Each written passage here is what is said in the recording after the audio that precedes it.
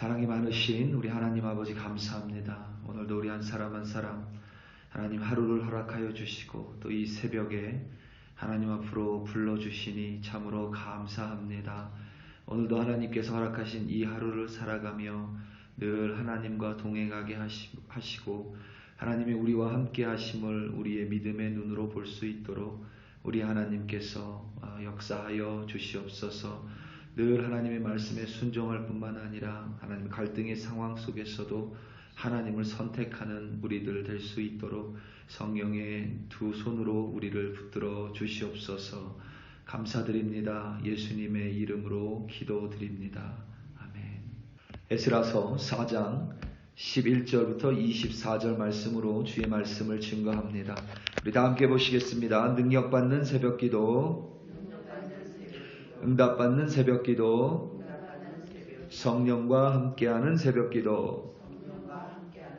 할렐루야. 아멘.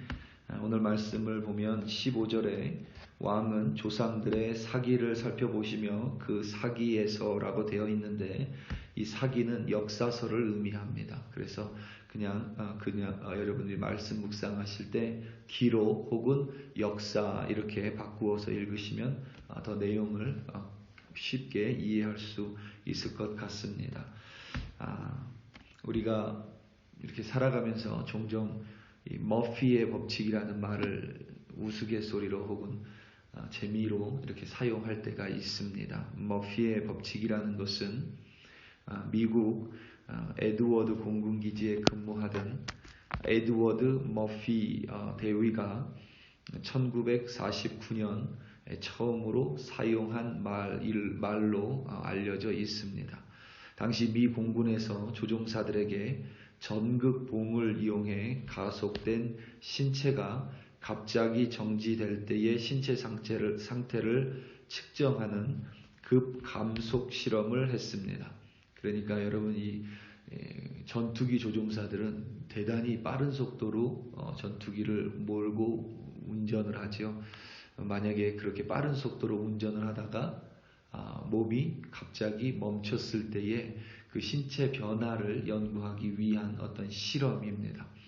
그 실험을 했는데 나중에 보니 이 실험의 조사에 조종사들에게 쓰인 그 실험이 모두 잘못된 것으로 판명이 났습니다. 아무리 둘러봐도 실험에 잘못된 어떤 요소들을 다 제거했는데도 이 실험이 잘못됐습니다. 그래서 이리 보고 저리 보고 살펴보다 보니까 어디에서 이게 잘못이 됐냐면 아예 전극봉을 연결하는 전기 회선 하나가 잘못된 것입니다. 그러니까 이 전극봉이 잘못됐기 때문에 아무리 조종사들을 바꿔가면서 실험을 하고 또 혹은 실험을 진행하는 검사관을 바꾸면서 여러 명을 두고 실험을 해도 이 실험은 잘못될 수밖에 없었던 거예요. 왜냐하면 처음에 회선 자체 연결이 잘못됐기 때문입니다. 한 기술자가 배선을 제대로 연결하지 않아 생긴 아주 사소한 실수 때문이었는데 공군 실험 전체가 망가져 버린 것이죠. 이 에드워드 머피는 이를 보고 어떤 일을 하는 데에 여러 방법이 있고 여러 요소들이 있는데 그 중에 한 가지 요소가 재앙을 초래할 수 있는데 누군가는 꼭 그 요소를 건드리게 된다 이렇게 말을 합니다. 바로 여기에서 이 머피의 법칙이라는 말이 생겼고 그 뒤에는 일이 좀처럼 풀리지 않고 갈수록 꼬이기만 하는 일 혹은 내가 예상하지 못한 일이었지만 늘 벌어지는 일, 잘못되는 일, 이런 일을 일반화할 때에 바로 이 머피의 법칙이라는 말을 사용합니다. 자신이 바라는 것은 이루어지지 않고 늘 좀 좋지 않은 나쁜 일로 일이 전개될 때에 쓰이는 말입니다. 예를 들면 오늘은 꼭 어떤 음식이 먹고 싶었는데 하필 오늘 그 음식점이 닫는 날이에요. 그런데 내가 그걸 모르고 그 음식점에 갑니다. 이것을 우리는 머피의 법칙이라고 이야기합니다. 우리 인생에 항상 이 머피의 법칙이 자주 있습니다. 믿는 자들의, 특히 믿는 자들의 삶에서는 더욱 더 이런 일들이 종종 벌어집니다. 왜냐하면 믿는 자들의 삶에는 항상 이 사단의 방해가 있기 때문입니다. 사단의 주된 목표는 믿는 자들을 무너뜨리는 것이죠. 교회를 어렵게 하는 일입니다. 낭망하고 실망하게 만드는 일입니다. 머피의 법칙이라는 말 대신에 우리는 사단의 공격 혹은 영적 전쟁이라는 말을 사용할 수도 있습니다. 문제는 때로는 이 영적 전쟁 혹은 머피의 법칙에 관련된 일들이 벌어지는 범위입니다. 이를테면 오늘 이 한국 프라이드 치킨을 먹고 싶어서 제가 차를 몰고 30분을 운전해 그 음식점에 갔는데 하필 오늘 쉬는 날이에요. 그런 정도는 그냥 한숨 한 번과 짜증 한 번, 그리고 마지막에 허탈한 웃음으로 마무리할 수 있습니다. 그런 일들이 우리를 어렵게 하지 않지요. 그런 일들은 내 생각과는 좀 다르지만 그것 때문에 우리가 막 절망을 하고 분노하고 절규하며 하나님께 따지지 않습니다. 그냥 내가 한 번 더 확인하고 올 걸이라는 작은 자책감과 아쉬움 정도입니다. 하지만 때로는 우리의 삶 속에서 그것보다 더 큰 일들이 벌어질 때가 있습니다. 이스라엘 백성이 재건축을 하는데 그것을 방해하는 일과 같은 큰 일입니다. 우리가 에스라서를 읽을 때면 여러분 항상 느헤미야서와 같이 읽어야만 합니다. 그 이유는 이 두 책이 원래 한 권이었습니다. 히브리 성경에는 여전히 한 권으로 되어 있는데 그 히브리어 성경을 제롬이라는 분이 라틴어로 번역을 하면서 이 에스라서와 느헤미야서로 두 권으로 분리를 했습니다. 우리는 흔히 에스라서는 성전 건축 그리고 율법과 제사의 회복이고 느헤미야서는 예루살렘 성벽의 재건이라고 알고 있는데 사실 이 저자는 에스라서와 느헤미야의 저자는 재건축과 성전의 재건축과 예루살렘 성의 성벽의 재건축을 하나로 보고 있습니다. 그래서 오늘 본문 속 성전 재건축에 대한 방해를 읽다 보면 이것이 성전을 의미하는지 아니면 예루살렘 성읍을 이야기하는 것인지 헷갈릴 때가 있는데 그냥 두 개의 다라고 생각하시면 됩니다. 그러니까 예루살렘 성전을 건축할 때도 방해가 있었고 동일한 사람들이 예루살렘 그러니까 성벽을 재건축할 때도 방해가 있었다는 것입니다. 요지는 하나님의 일을 하는 데에 있어서 항상 방해가 있다는 사실입니다. 성전을 건축할 때도 예루살렘 성벽을 재건축할 때도 방해가 있었습니다. 그렇기 때문에 에스라서를 읽다 보면 바사 제국의 왕의 이름이 초대 왕인 고레스에서부터 다리오, 아하수에로 그리고 아닥사스다 왕까지 4명의 왕이 기록이 되어 있습니다.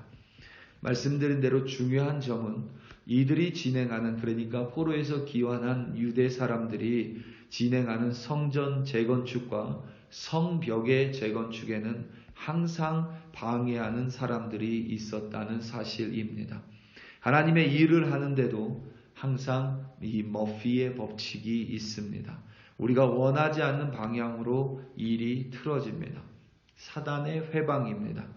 우리는 때론 그런 상황이 너무도 어려울 때가 있습니다. 하나님의 일인데 어떻게 틀어질 수 있으며 방해가 생길 수 있냐라고 우리는 의아해할 수 있습니다. 하지만 여러분 중요한 사실은 하나님의 일이건 믿는 자의 삶이건 그 삶 속에 그리고 하나님의 일 속에 항상 방해와 회방이 있다는 사실입니다. 그러한 일들로 인해 일들이 틀어집니다. 여러분 사실 그런데 그게 맞습니다. 하나님의 일을 하는데 방해가 없다면 그게 정말 하나님의 일일까 우리는 한번 되돌아봐야 합니다. 내가 신앙생활을 진실하게 하는데도 나에게 때론 아무런 문제가 없다면 나는 정말 지금 하나님의 정도를 걸어가고 있는가 한 번쯤은 돌아봐야 합니다. 성전 건축을 방해하는 사람들은 예루살렘에서 먼 곳에 있는 바사 제국 사람들 혹은 다른 먼 지방에 있는 사람들이 아니었습니다. 그들은 바로 남유다 왕국의 바로 맞은편인 사마리아에 사는 사람들이었습니다. 오늘 말씀 11절과 12절입니다. 아닥사스다 왕에게 올린 그 글의 초본은 이러하니 강 건너편에 있는 신하들은 왕에게 아뢰나이다. 당신에게서 우리에게로 올라온 유다 사람들이 예루살렘에 이르러 이 패역하고 악한 성읍을 건축하는데 이미 그 기초를 수축하고 성곽을 건축하오니. 아멘. 지금 이 강 건너편에 이 편지를 쓰고 있는 사람들은 지금의 팔레스타인 지역이고 아닥사스다 왕에게 고소장을 보내는 이들은 바로 방백 르훔과 서기관 심세를 비롯해 사마리아 지역에 살던 사람들입니다. 그런데 사마리아 지역은요, 여러분 북이스라엘 왕국의 땅입니다. 그러니까 지금 이 예루살렘 성전과 예루살렘 도시를 성읍의 재건축을 방해하고 있는 사람들은 다름 아닌 바로 옆 동네 그리고 이전에 가나안 땅이라고 불렸던 북이스라엘 왕국 지역에 살고 있는 사람들이었습니다. 이들이 다리오 왕에게 고소장을 보내면서 그 땅이 패역하고 그 성읍이 악하다고 거짓 모함을 합니다. 그래서 여러분 항상 하나님의 일을 방해하는 사람들은 말로써 거짓말을 합니다. 늘 우리의 삶 가운데 하나님이 어디 있냐고 조롱하기도 하고 그렇게 살아서 어떻게 살 수 있겠냐고 우리를 희롱하기도 합니다. 때로는 교회를 향해서 거짓된 모함을 퍼뜨리기도 하죠. 중요한 사실은 여러분 교회가 생긴 2000년 이래로 그 거짓은 단 한 번도 끊긴 적이 없습니다. 항상 교회를 향해 거짓말이 있었고 항상 교회의 일에 대해서 조롱하는 사람들이 있었고 항상 믿는 자들을 향해서 불평하고 그들을 우습게 여기는 사람은 항상 있어 왔습니다.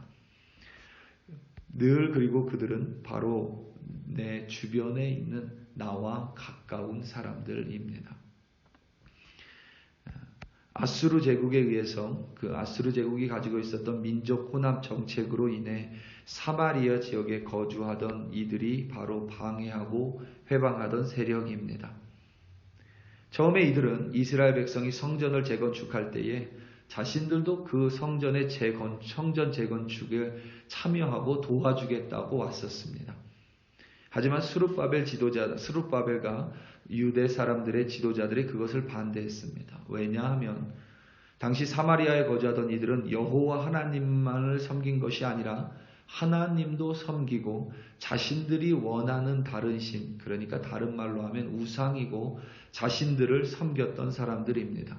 하나님과 어떤 것을 자신을 함께 놓고 섬기는 사람들은 어떠한 이유에도 참된 신앙이 될 수 없습니다. 스룹바벨이 그들이 성전을 건축하는 일을 허락하지 않자 그들은 이제 방해하고 회방하고 모함하고 때로는 폭력을 사용합니다.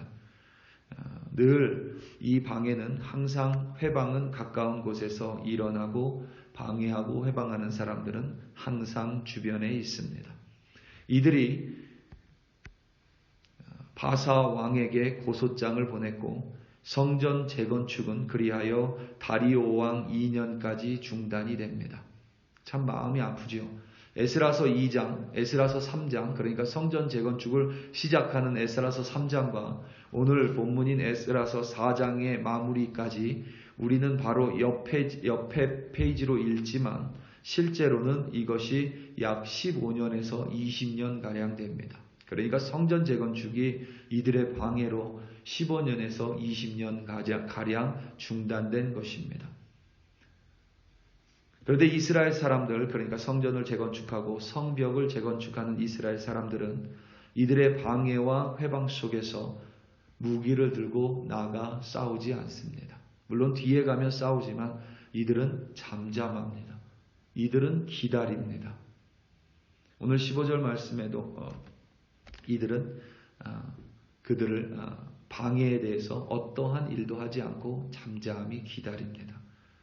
이들이 힘이 없어서가 아닙니다. 하나님께서 침묵하시고 잠잠하시기에 이들도 조용히 기다립니다.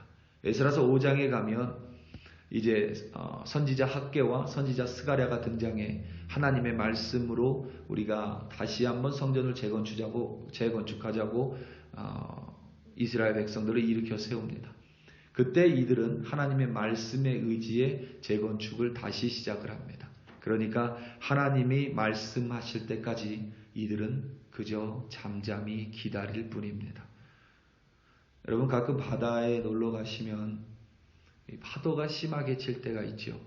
그 파도를 잘못 맞으면 때로는 수영복이 벗겨져서 좀 어려운 일을 겪기도 하고 그 파도를 배로 잘못 맞으면 대단히 아픕니다. 바닷가에서 오래 살았던 사람들은 그 방법을 알더라고요.